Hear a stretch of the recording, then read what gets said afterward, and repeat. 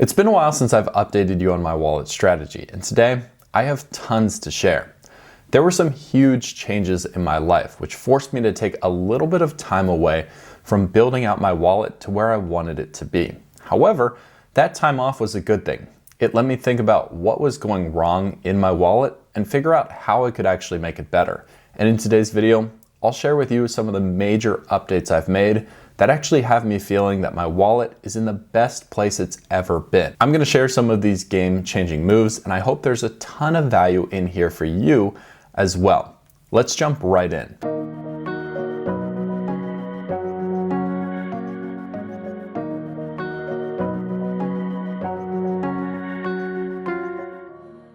It had been since September 2024 when I last opened a credit card, and that credit card was this one right here, the Chase Inc. Business Preferred. Now, the reason that I opened that card and the reason I'd taken so long off of building out my own wallet setup since then was that I actually bought a house with my wife. And between all of the changes of moving into a new house and then working on the sign-up bonus for the Inc. Business Preferred, life was just in a very chaotic place. And between making videos for this channel and regular work, I didn't have a lot of time to focus on my wallet strategy and how I could actually continue to improve it. However, over the last few months, I've been really thinking hard about what's in my wallet strategy for 2025. And I realized I have some real problems. In my wallet individually, I had a ton of good cards. However, the setup itself probably wasn't working that well when put all together. Let me show you exactly what I was working with and see if you can identify the areas that I felt I was falling short in. My everyday carry had 5 different credit cards: the Capital One Venture X, the Chase Sapphire Preferred, the Chase Freedom Flex, the Discover It, and the Chase Inc. Business Preferred for business expenses kind of related to this YouTube channel. Now, I'm gonna take you inside my spending analysis, which is the average spending that myself and my wife did over the last 12 months. I actually track every dollar I spend monthly, and that allows me to break down my spending into different categories and see where my money's actually going. I break this down into specific credit card categories, and then on this spreadsheet, I have them organized from most that I spend in a month all the way down to least. As you can see, I'm putting the most into what I call miscellaneous expenses, which I'm putting on the Venture X, all the way down to streaming expenses, which I actually have down to just $27 a month right now. I can track this and look at the primary credit card that I'm mostly putting these purchases on, but also track it by the secondary card, and you'll see some of the rotating category cards there that sometimes have a higher earnings rate than the primary card, so they're occasionally used throughout the year. All of this spend adds up to an average of $4,086 I put onto credit cards every single month. Conservatively, when you take my earnings rates or cash back in those categories, I'm earning just over 10,000 points each month, which converts to about $103.83 in credit card rewards on a monthly basis. Now, if you look at my return on spend, which is simply taking the value in credit card rewards that I'm getting monthly, divided by the total that I'm spending to get those rewards, that ends up being a return on spend of 2.54%. So basically a minimum of 2.54% on every dollar that I spend, I'm getting back in value from my setup right now. That's good because I always encourage people to shoot for at least a flat 2%. However, it really could be better. Now, what I started to focus on specifically was my earnings rates on the cards that I was spending in. And I want you to pause the video in a second and look at the whole chart and see for yourself if you can find a category that I was earning something in that really I should have been doing a lot better. I'll give you a hint that there were 2 that caught my eye that started to annoy me that I really knew I should be doing better in. So pause the video and try to guess the 2 that I felt that I should be doing better in. If you guessed groceries, which I do all of my grocery shopping at a traditional Walmart, and I was getting 2x back with my Capital One Venture X. If you guessed that one, and also gas, you'd be exactly right. All right, let's talk about my grocery solution. So solving groceries was difficult just for the fact that I do a lot of my grocery shopping at a traditional Walmart. Now, not a neighborhood Walmart, which is sometimes more friendly coded as a grocery store, but just a regular Walmart that sells everything, including groceries. This takes a lot of common cards off the table. There's no Amex Gold or Capital One Saver, which would be 2 powerful options if they coded traditional Walmart as grocery stores. However, they don't, so they're completely out of the mix. But that wasn't my only problem. The next thing I had to face was just being complacent. I was using my Venture X and earning 2x miles back on every purchase, which is okay, but I also do a ton of spending at Walmart, almost $800 a month. Ever since I've had the Venture X, I've been piling up miles without a great use case for the redemption that I actually want to spend those miles on. As of recording today's video, I'm cruising up over 140,000 miles, and while that can be a good thing to build up that bank, without having a direct redemption purpose for those, it's not really serving me very well to continue to pile on miles there, so that was starting to get concerning. My next big problem was facing the marginal benefit of going with a higher earning card compared to the Venture X and really feeling whether that was worth making a move or not. In trying to solve this problem, I looked at 3 different cards that I didn't really feel great about making a move on because they only offered a slight increase in benefit for my spend at Walmart.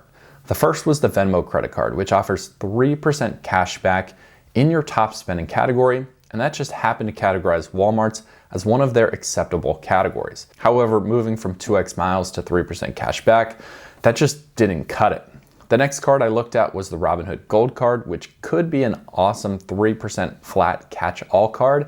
However, I'd been on the wait list forever and still was not accepted off of that to be able to apply. So moving on from that one there, the last one I considered was the US Bank Shopper Cash Rewards card, which this card offers 6% cash back from the top 2 merchants of your choice. However, you're capped at $1,500 a quarter, plus this card charges a $95 annual fee. So when I did the math, and considering that I spend well over $500 a month at Walmart, I could get some benefit and the return would be positive, but considering I just generally don't like US Bank and how they operate with all of the fees it seemed to be in all of their different accounts, and that just being a small marginal benefit, I really still wasn't at a place where I wanted to make a move. So what I actually did was put this problem out in a community post to all of you. And you guys came in so clutch with a ton of good solutions. And actually I was able to find my winning solution from something I hadn't even considered. Inside that post, some of you all suggested the PayPal debit card, which was a card that was not even on my radar whatsoever. However, the pitch on the PayPal debit card is that you can get 5% cash back on up to your first $1,000 of spend every single month in a category of your choice. And if you happen to choose groceries as that category, well, that includes Walmart and other wholesale clubs as something that will trigger that 5% back. So of course, I picked up the PayPal debit card, and as soon as I got it, I had to open it and test it out and put it through the paces. I made a Walmart online order for grocery store pickup, and then I went in store and just bought something at the register, paid for it to see what both would trigger as. Both orders did code in the PayPal app as grocery and earning 5%, meaning that this PayPal debit card strategy for Walmart works. Let me pivot and talk about my gas solution. This fix was a much more obvious one, but I still had a few hurdles to overcome myself before actually going ahead and making the move. The first thing I looked at is that I only average $140 a month in gas spend. And I just kept wondering if $140 was really worth it to make a whole credit card move to solve that category. I also argued to myself that I already have some gas cards. I'll use a catch-all 2x or 2% card in the gas category already.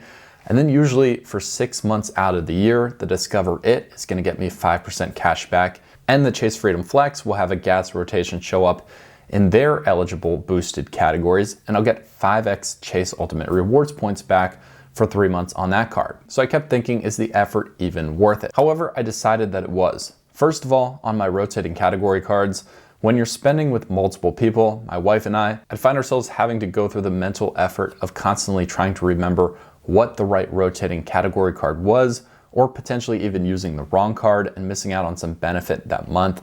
And just everything put together, I decided it was time to make the change. Of course, the gas card that fits so well in many wallet setups out there is the Citi Custom Cash, and getting that card was the move that I made to solve this problem for myself as well. After having used it for a few weeks now, I already have absolutely no regrets. The simplicity of having one gas card that both my wife and myself can pull out instinctively and get 5% back in that category just saves time and effort and makes the whole wallet management process so much easier. I also figure that gas spend will never go away, and if we one day have children, then that spend is only probably going to increase. So at a minimum of spending $140 a month, to me, it ended up being worth it to maximize my spend in this category. So to see the impact of these changes, I wanted to hop back into the spreadsheet and update my results considering adding the PayPal debit card and my addition of the Citi Custom Cash. With the same spend, instead of earning $103.83, good for a 2.54% return on spend, just these two additions in those categories for me take my average credit card earnings to $130.98. And that is good for a flat 3.21 return on spend, which is such a better return than 2.54 for two simple moves. In real monetary value, each month those moves are going to increase my rewards by $22.95. Over the course of the year, that's $275.40 back into my wallet because of those two adjustments. That makes a real difference over the course of the year. And I start to think about how that stacks even further when you put year after year after year of those two simple tweaks. Let me show you big picture what this does for me. I actually argue that this made my credit card setup even simpler, which is crazy to think about because I added 2 cards to already a 5-card rotation. But the simplicity of pulling out the custom cash and knowing that that is just a gas card, and the simplicity of pulling out a PayPal debit card and knowing that is just my Walmart card actually takes a lot of mental load away instead of adding even more stress to the setup. My second big takeaway is that I'm fully on Team Hybrid at this point in my wallet setup. I have some strong travel cards with the Capital One Venture X earning miles, and the Chase Sapphire Preferred and the Freedom Flex earning ultimate rewards points, which is my most valuable currency that I use most often for redemptions. But I also have a solid setup of cashback cards, now putting consistent dollars back into my wallet, which I can save or of course still redeem for travel if I want to deploy those dollars in that regard. And the last point I want to make is that this has established a foundation for the future. I have all of my regular spend categories covered on the front end. This gives me the mental freedom to just think about what cards that I want to target for some of those benefits and elite experiences that credit cards can offer.